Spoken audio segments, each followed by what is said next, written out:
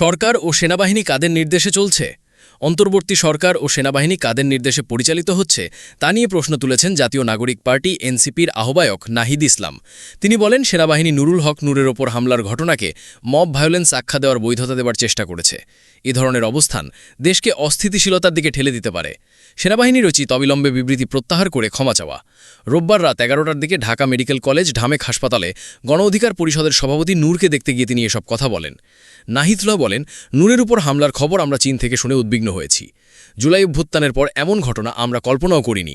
এই হামলা শুধু দুঃখজনক নয়, এটা গভীরভাবে উদ্বেগজনক।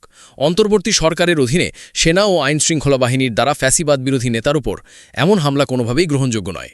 এনসিপি প্রধান বলেন, হামলার আগে সেনাবাহিনীর পক্ষ থেকে নূরকে হুমকি দেওয়া হয়েছিল এবং 10 মিনিটের মধ্যেই হামলা চালানো হয়। এই ঘটনার মাধ্যমে গণ অভ্যুত্থানের শক্তিকে দুর্বল করার চেষ্টা চলছে।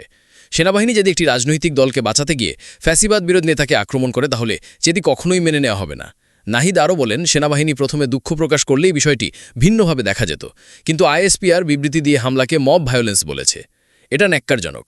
সেনাবাহিনীর উচিত দ্রুত বিবৃতি প্রত্যাহার করে ক্ষমা চাওয়া এবং ভবিষ্যতে এমন ঘটনা না ঘটার নিশ্চয়তা দেওয়া। জাতীয় পার্টি প্রসঙ্গে তিনি বলেন, জাতীয় পার্টি শুধু গত 16 বছর দালালি করেনি, তারা 90-এর পরাজিত শক্তি। আওয়ামী লীগ ও জাতীয় পার্টিকে পুনর্বাসনের চেষ্টা করা হলে জনগণ তা প্রতিহত করবে। বাংলাদেশের মাটি থেকে ফ্যাসিবাদের দোসরদের বিতাড়িত করা হবে। এরমান এনসিপির সিনিয়র যুগ্ম আহ্বায়ক আরএসের ইসলাম আদিব, যুগ্ম সদস্য সচিব মশিউর রহমান, জয়নাল আবেদিন শিশির, সংগঠক নাহিদ উদ্দিন তারেক প্রমুখ উপস্থিত ছিলেন।